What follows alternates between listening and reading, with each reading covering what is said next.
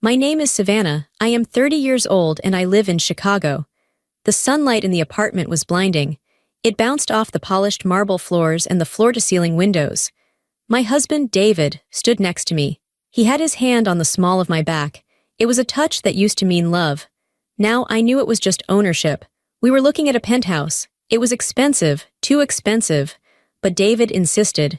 The owner was a tall man with a thick accent. He looked at David, then glanced at me with a dismissive smile. He thought I was just the wallet. He thought I was just the quiet American wife. Then he turned to David and spoke in clear, rapid German. "Sie hat keine Ahnung, dass das Geld und dies Wohnung dir gehören würden, sobald ihr Scheidung durch ist. She has no idea the money, and this apartment will be yours once her divorce is final." David laughed. It was a low, conspiratorial chuckle. He nodded at the man. My heart didn't break. It simply stopped beating for a second, and then started again, colder than before. They thought I was clueless. They thought I was deaf to their secret language. But they didn't know my mother was from Berlin. They didn't know I was fluent. I didn't scream. I didn't cry. I just stared at the view, and in that moment my marriage didn't just end. My revenge began. But before I tell you how everything flipped, like and subscribe, drop a comment. Where are you watching from?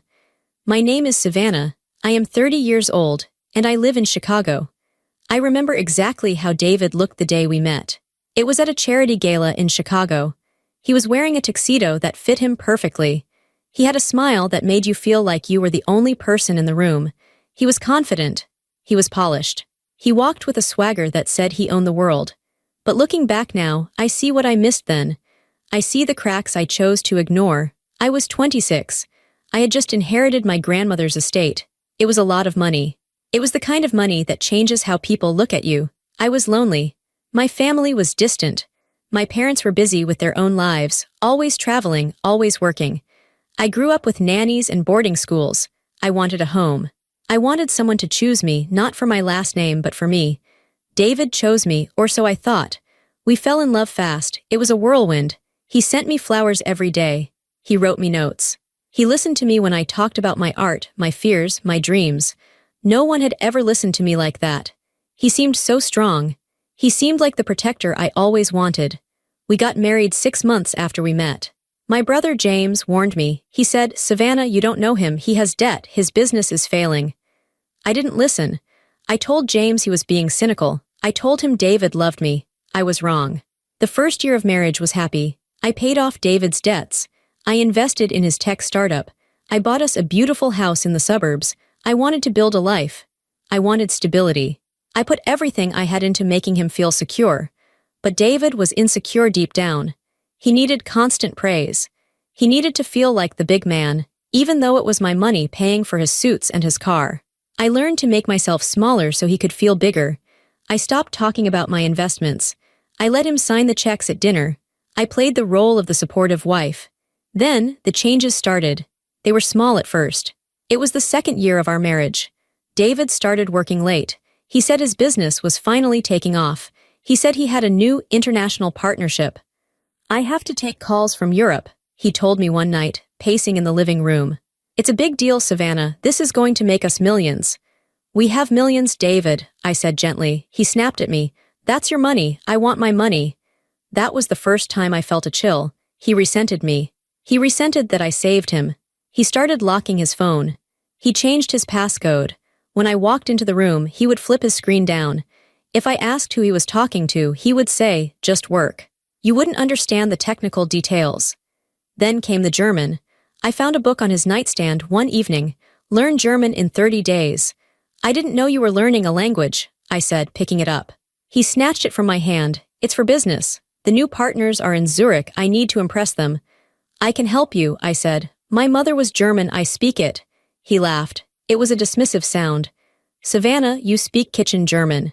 You know how to order sausages and say hello to your grandmother. This is business German. It's complicated. Don't worry about it." He didn't know. I never spoke German around him because he didn't like it. He said it sounded harsh. So I kept that part of myself hidden, just like I hid my financial statements. But I wasn't just fluent in kitchen German. I read German literature. I watched German news. It was my secret comfort. But I stayed silent. I let him think he was the smart one. Then the woman appeared.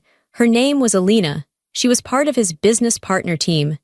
He brought her up in conversation casually at first. Alina had a great idea for the marketing strategy, he would say over dinner. Alina thinks we should expand to real estate. Alina is very European. She has a different perspective. I met her once. She came to our house for a quick meeting before a business trip. She was tall, blonde, and very sharp. She looked at me with eyes that were cold and calculating. She didn't look at me like a wife. She looked at me like an obstacle. Nice house, she said, looking around our living room. Very traditional. Thank you, I said. I designed the interior myself. Cute, she said. She turned her back to me and started talking to David about margins and projections. David lit up when she spoke. He stood taller. He laughed louder. I stood in the kitchen making coffee for them, feeling like a servant in my own home. I watched them through the doorway. They stood too close. He touched her arm when he made a point. She leaned in when she laughed. My stomach twisted. I knew that feeling. It was the feeling of being an outsider. That night after she left, I asked him, "Is there something going on with Alina?" David exploded. "Are you crazy? She is a business associate. Why are you so jealous? You're always trying to bring me down. I'm finally succeeding and you can't handle it." He made me feel small. He made me feel guilty. I apologized. I told him I was just tired, but the seed was planted. I wasn't crazy. I knew what I saw. The late nights got later. He started taking trips on weekends. Networking events, he called them. He came home smelling of different soap. He bought new clothes, styles he never liked before, sharper, more European. I was lonely. I sat in that big house, surrounded by things I bought, waiting for a husband who didn't want to be there. I tried to talk to my brother, James, but I couldn't bring myself to admit he was right. I was too proud. I wanted to fix it. I wanted to believe in the lie, so I waited. I watched. I stopped asking questions. And that was when I started to see the truth. The unraveling didn't happen with a bang. It happened on a Tuesday evening over a plate of pasta. David was in a good mood. He was humming to himself. He had just come back from a conference in Miami. He was pouring wine into 2 glasses. "Here you go, Alina," he said. The room went silent. The air felt heavy. He froze. He held the glass of wine in midair. I looked at him. I didn't blink.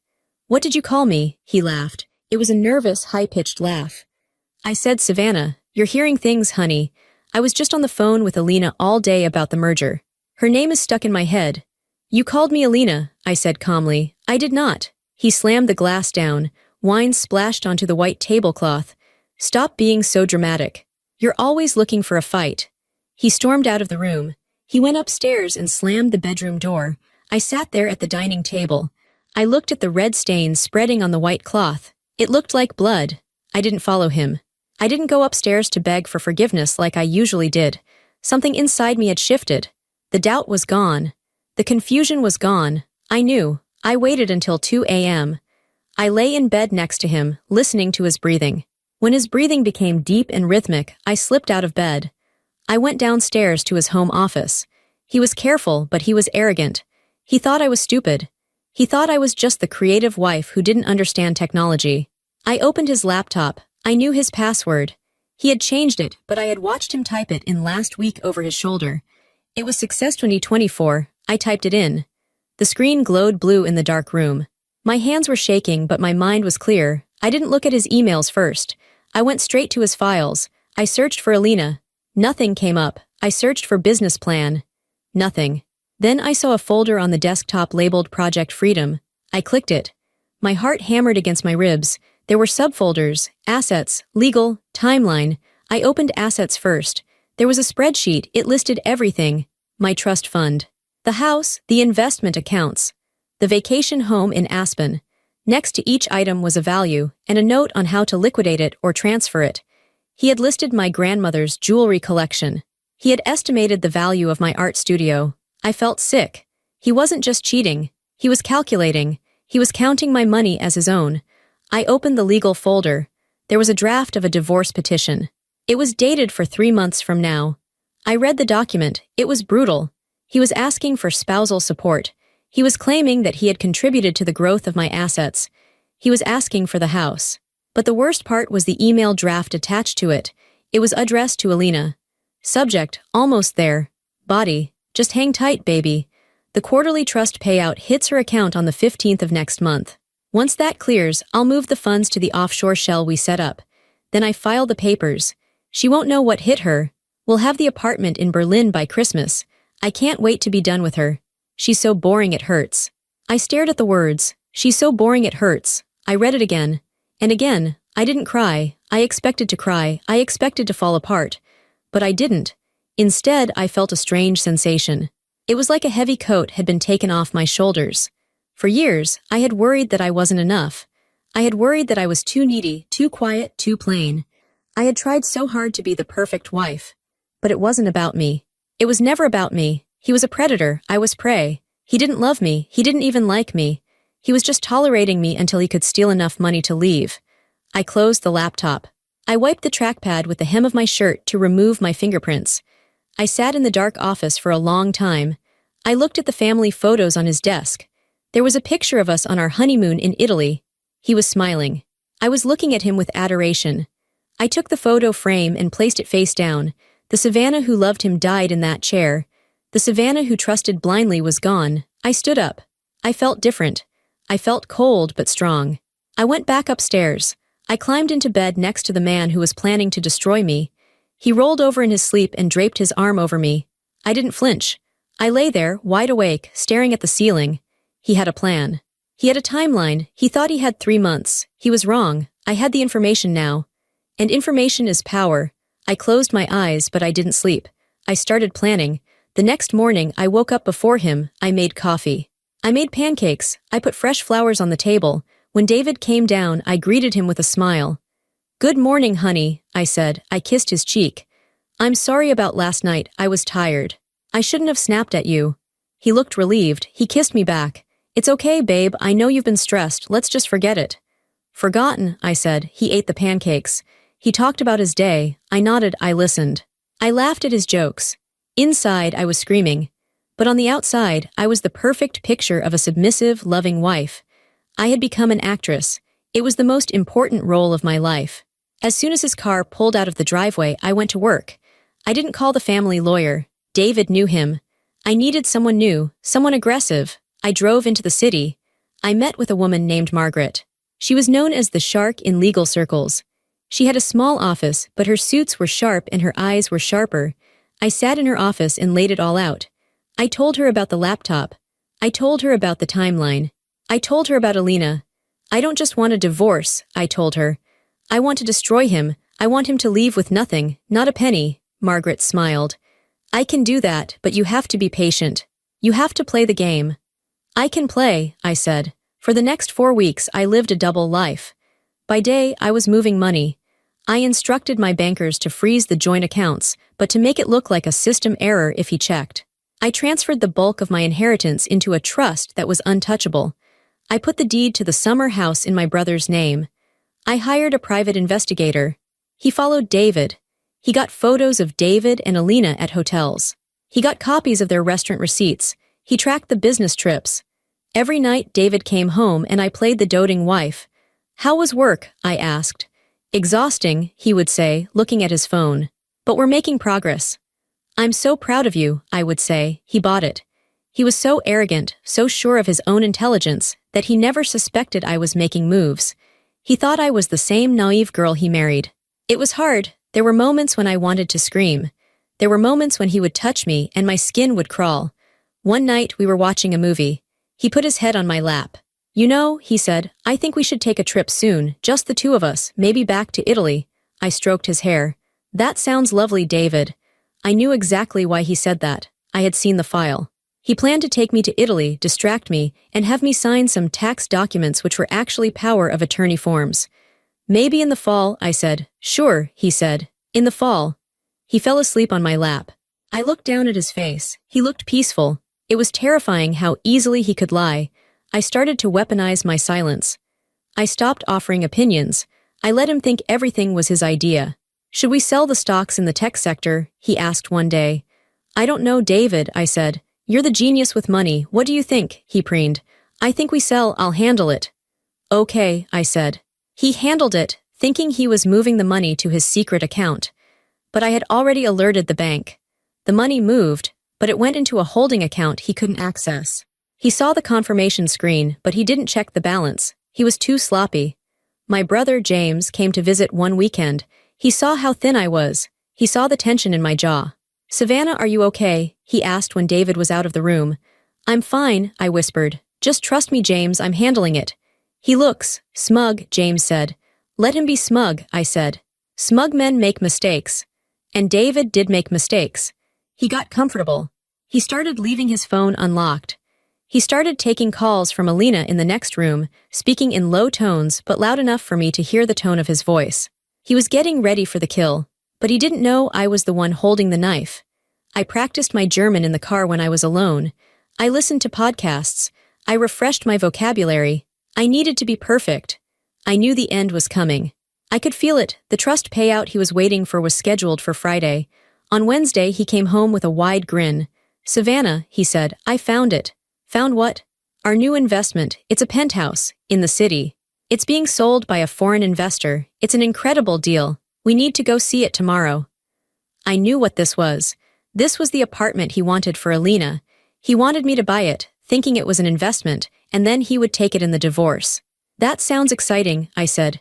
"Let's go." "Great," he said. "The owner is German, but don't worry, I'll handle the talking, you just nod and smile." "I can do that," I said. I'm very good at nodding and smiling. He didn't catch the sarcasm, he just kissed my forehead. Perfect. The morning of the viewing, I dressed carefully. I wore a black dress. It was simple, elegant, and expensive. I wore the pearl earrings my grandmother gave me. I put on my heels. I looked like money. I looked like the perfect trophy wife. David wore his best suit. He was vibrating with energy. "This is it, Savannah," he said as we drove into the city. "This apartment is going to change everything." "I bet it will," I said. He drove fast. He was impatient. He talked about the square footage, the view, the resale value. He didn't ask me how I was feeling. He didn't ask me what I thought. We arrived at the building. It was a glass tower in the most expensive district. We took the private elevator to the top floor. The doors opened directly into the penthouse. It was breathtaking. The city lay spread out beneath us like a map. The floors were white marble. The light was everywhere. The owner was waiting for us. He was a tall man, maybe 50, with silver hair and a stern face. He wore a suit that cost more than my first car. "Mr. Weber," David said, rushing forward to shake his hand. "Good to see you." "Herr David," the man said. His accent was thick. He looked at David, then he looked at me. "And this is my wife, Savannah," David said. He waved a hand at me like I was a piece of furniture. Mr. Weber nodded at me. "Frau Savannah." "Hello," I said softly. I kept my face blank. David immediately launched into business mode. He started walking around the room, pointing at features, talking about down payments and transfer dates. Mr. Weber followed him. They spoke in English, but Mr. Weber struggled slightly. He looked annoyed with David's high energy. I walked behind them. I listened. "The financing is secured," David said loudly. "My wife's trust is available." "Good," Mr. Weber said. They walked to the massive window in the living room. The view was incredible. You could see the river, the park, the skyline. David stood with his hands in his pockets, puffing out his chest. "It's perfect," David said. "Alina will low," he cut himself off. "I mean, we will love it." He glanced at me. I was looking out the window, pretending not to hear. Mr. Weber looked at David with a strange expression. It was a mix of amusement and disgust. Then, Mr. Weber switched to German. He assumed, because of David's earlier comment about my kitchen German, that I couldn't understand complex sentences. "Ist sie damit einverstanden?" Mr. Weber asked. "Is she okay with this?" David laughed. He replied in broken, clumsy German. "Ja, ja, sie macht was ich sage." "Yes, yes. She does what I say." My hands clenched into fists at my sides, but I kept my face smooth. Mr. Weber looked at me again. He looked at my clothes. He looked at my face. He clearly thought I was a fool, a rich, dumb American girl. They continued to discuss the contract. David was getting cocky. He was making jokes in English, then trying to translate them into German, failing miserably. Mr. Weber was getting more candid. He started making comments in German that were not meant for my ears. "Der Preis ist hoch, aber du sollst ja nicht, oder?" Mr. Weber muttered. "The price is high, but you aren't paying, are you?" David smirked. "Nein. Nicht ich? No, not me." I felt a cold rage burning in my chest. It was cleaner than anger. It was pure fuel. They walked over to the kitchen island. There were papers laid out. The contract. We can sign the preliminary agreement today, David said to me. It just holds the property, it's standard. It wasn't standard, it was a binding commitment. Whatever you think is best, David, I said. He handed me a pen. Just sign here, honey. I held the pen. I looked at the paper, I looked at David. His eyes were shining with greed. He was so close to what he wanted. He could taste it. I put the pen down. I think I'll look at the view one more time, I said. David rolled his eyes. Savannah, we don't have all day. Just a moment, I said. I walked back to the window. The sun was bright. I took a deep breath. This was it. The moment I had been waiting for. David and Mr. Weber stood by the island. They were whispering. Mr. Weber leaned in. He spoke in German, loud enough for me to hear across the room, but low enough that he thought it was private. Sie hat keine Ahnung, dass das Geld und dies Wohnung dir gehören würden, sobald ihre Scheidung durch ist. She has no idea the money, and this apartment will be yours once her divorce is final. David laughed. That low, conspiratorial chuckle. The trap was snapped. They had walked right into it. I turned around slowly. I faced them. The sunlight was behind me. I saw David's silhouette.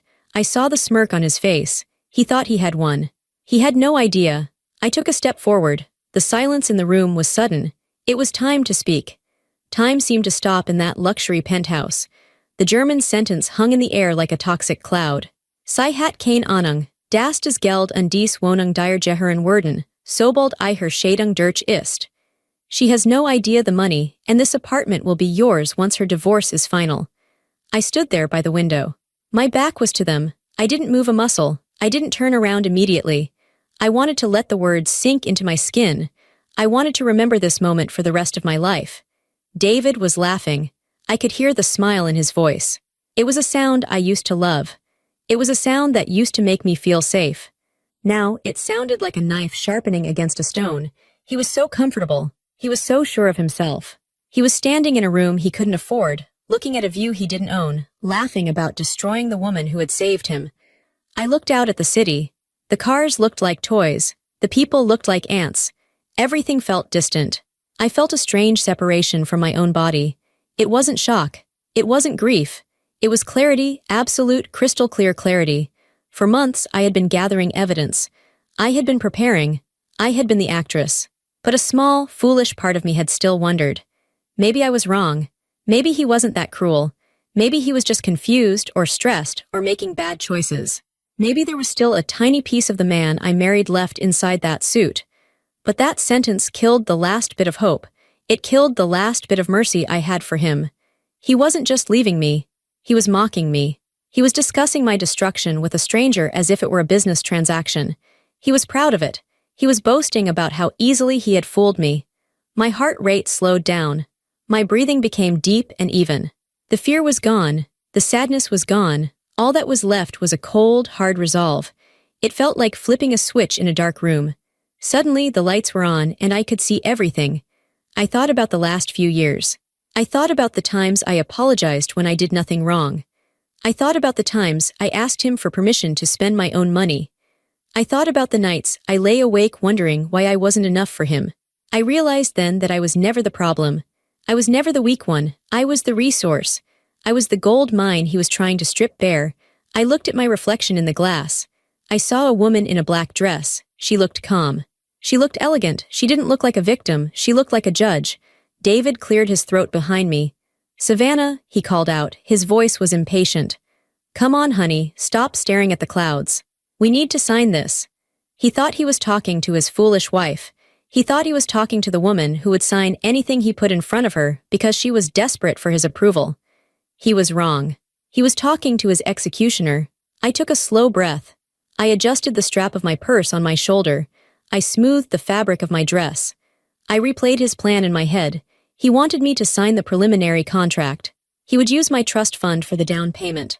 Then, in 3 weeks, he would file for divorce. He would claim the apartment was a marital asset.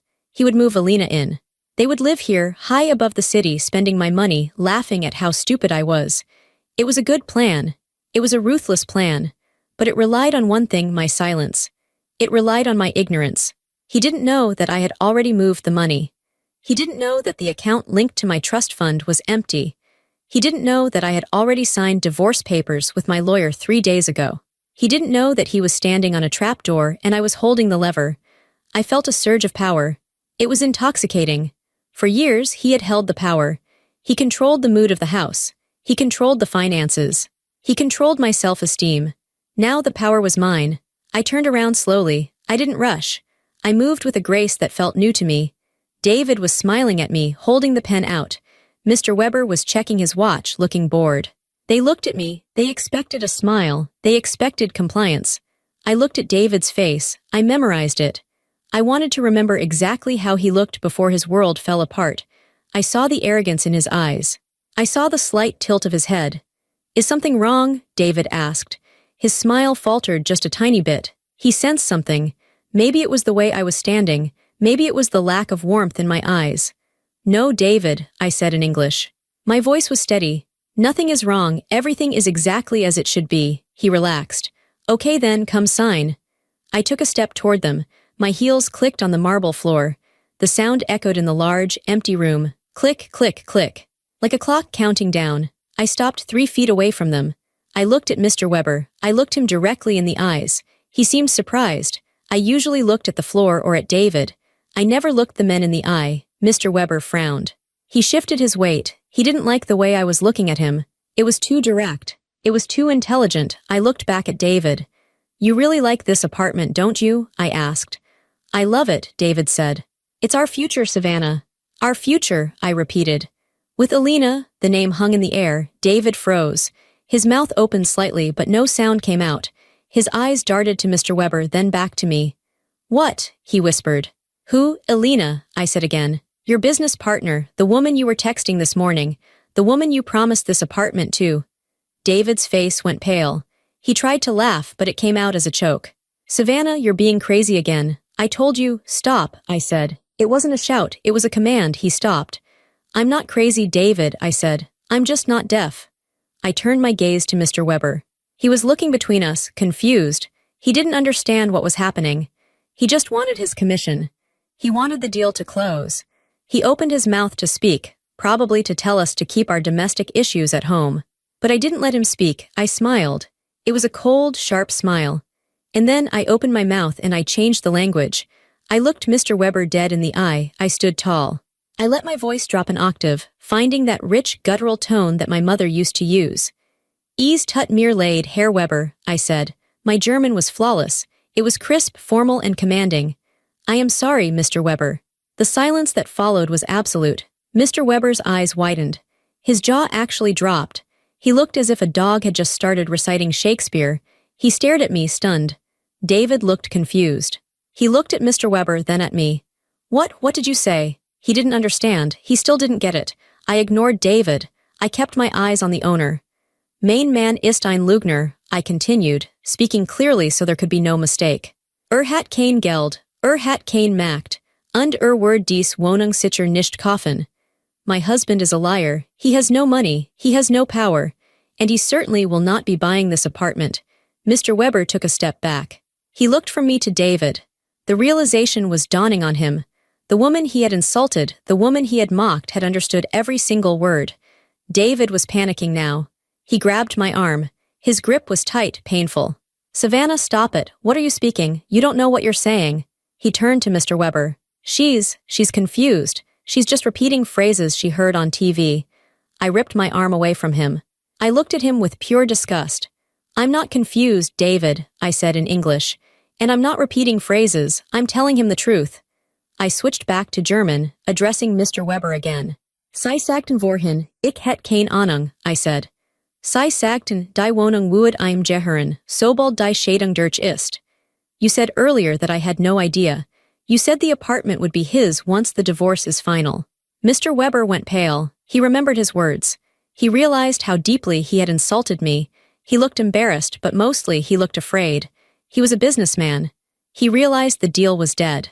I continued, my voice steady and relentless. "Das Problem ist, Herr Weber, das mein Mann dieses Apartment mit meinem Geld bezahlen wollt. Mit meinem Erbe." The problem, Mr. Weber, is that my husband wanted to pay for this apartment with my money. With my inheritance. I paused. I let that sink in. "Aber das Geld ist weg," I said softly, "but the money is gone." David understood the tone, if not the words. He saw Mr. Weber's face. He saw the horror in the other man's eyes. "Savannah, what did you tell him?" David screamed. "Speak English." I turned to David. I switched back to English. I wanted him to understand every detail of his ruin. I told him, "You're broke, David." "I'm not broke," David yelled. "We have millions. The trust fund pays out on Friday. I have the transfer scheduled." "No," I said, "you don't." I reached into my purse. I pulled out a folded piece of paper. It was a bank statement. I unfolded it and held it up. "I moved the trust," I said. "Last week. I transferred the entire principal to a new account, an account solely in my name. An account you don't have access to, and the joint checking account, the one you use for your business expenses. I froze that this morning." David stared at the paper. He blinked rapidly. He shook his head. You can't do that. That's marital property." "It's inheritance," I corrected him. "It was never yours. I just let you play with it, but playtime is over." He pulled out his phone. His hands were shaking so badly he dropped it. He fumbled to pick it up. He tapped the screen frantically, trying to log into his banking app. I watched him. It was pathetic. "It's going to say access denied, David," I told him. He stared at the screen. His face turned gray. The blood drained from his lips. It's locked," he whispered. "Why is it locked?" "Because I reported suspicious activity," I said calmly. "I told the bank my husband was planning to embezzle funds to buy real estate for his mistress." Mr. Weber made a noise. He stepped away from David as if David had a contagious disease. He grabbed the contract from the counter and shoved it into his briefcase. "The deal is off," Mr. Weber said in heavily accented English. He looked at David with contempt. "Get out of my apartment." David looked up. Wait, it's a mistake. I can fix this. I have other assets." "You have nothing," I said. My voice rose just a little. "You have debt, David. You have credit card bills. You have a failing startup. You have a lease on a car you can't afford. The only asset you had was me, and you lost me." David looked at me. His eyes were wide, filled with a mixture of fear and hatred. "You bitch," he hissed. "You planned this, you set me up." "Yes," I said, "I did." "You can't leave me," he said. He tried to summon some of his old arrogance, but it was hollow. "We're married. You have to go through the courts. It will take years. I'll drag it out. I'll take half of everything." I reached into my purse again. I pulled out a thick envelope. "I already filed," I said. "My lawyer filed the petition 3 days ago, on the grounds of adultery and attempted fraud. We submitted the evidence, David, the emails, the text messages to Alina, the financial records where you tried to hide assets, the photos of you two in Miami." I tossed the envelope on the marble island. It landed with a heavy thud. "You've been served," I said. David looked at the envelope. He looked like he was going to vomit. Mr. Weber was watching us, fascinated and horrified. He clearly wanted us to leave, but he couldn't look away. "You have nothing," I repeated. "The house is in my name. The cars are in my name. The investments are in the trust. You are walking out of here with the suit on your back and a phone bill you can't pay." David slumped against the counter. His legs seemed to give out. He looked at the floor. The reality was crushing him. The confident man who walked in here 10 minutes ago was gone. He was replaced by a scared, small boy. "Savannah," he whispered. "Please, let's talk about this. We can work this out. I'll end it with Alina. It was a mistake. It meant nothing. You know I love you." I looked at him. I felt nothing. No pity, no love, no anger. Just a vast, empty indifference.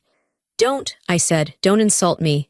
You don't love me. You called me boring. You said I was so boring it hurt. Remember?" He flinched. He knew I had read his emails. He knew there was no lie he could tell that would save him.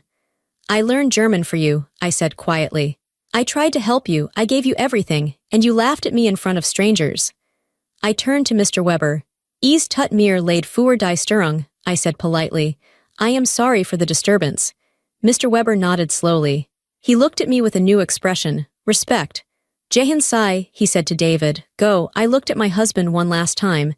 "It's over, David," I said. "Everything." The room felt smaller now, stripped of the illusion of grandeur. David stood by the kitchen island, gripping the edge of the marble as if it were a life raft. His knuckles were white. He looked at me, his eyes pleading. But it wasn't the look of a man fighting for love. It was the look of a parasite realizing its host had cut it off. "Savannah, you can't do this," he stammered. "Where am I going to go? I gave up my apartment when we got married. I don't have anywhere." "That sounds like a problem for Alina," I said. My voice was cool, detached. "She's the one you were planning a future with. Maybe she has a couch you can sleep on." Alina doesn't have money, David snapped, his desperation turning into anger. She lives with 3 roommates. She thinks I'm the one with the money. I almost laughed. It was so perfect. He had lied to everyone. He had lied to me about loving me, and he had lied to his mistress about his wealth. He was a fraud all the way down. Well, I said, I guess you have some bad news to break to her.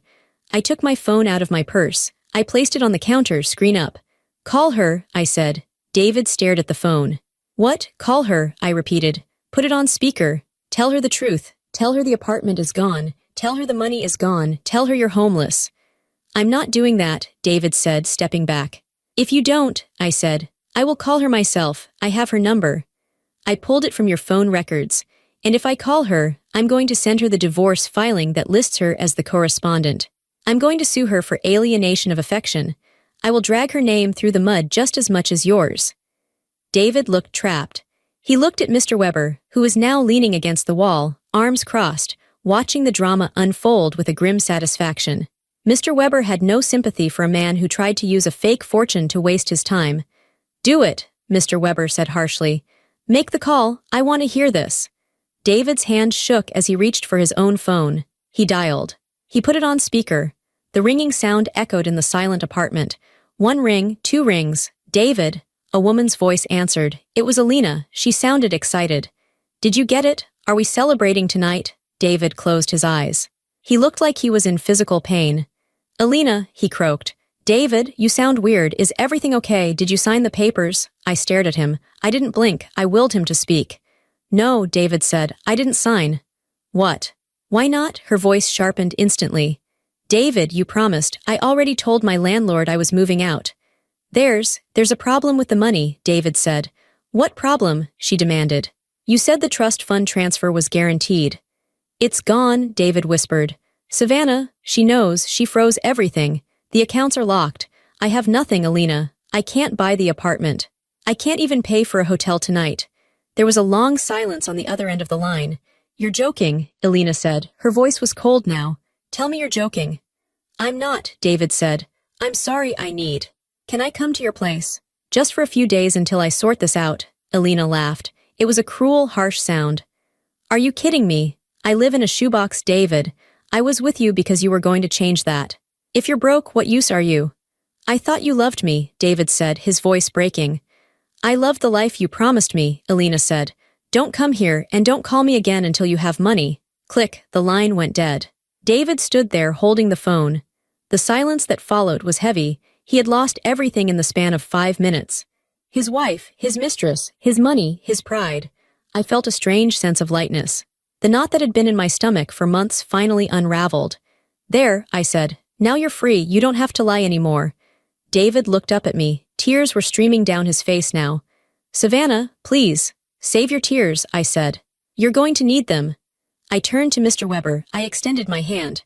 Auf Wiedersehen, Herr Weber, I said. Viel Glück beim Verkauf. Goodbye, Mr. Weber. Good luck with the sale. He shook my hand firmly. Sie sind eine starke Frau, he said. You are a strong woman. Ich lerne noch, I replied. I am still learning. I turned and walked toward the private elevator. I didn't look back at David.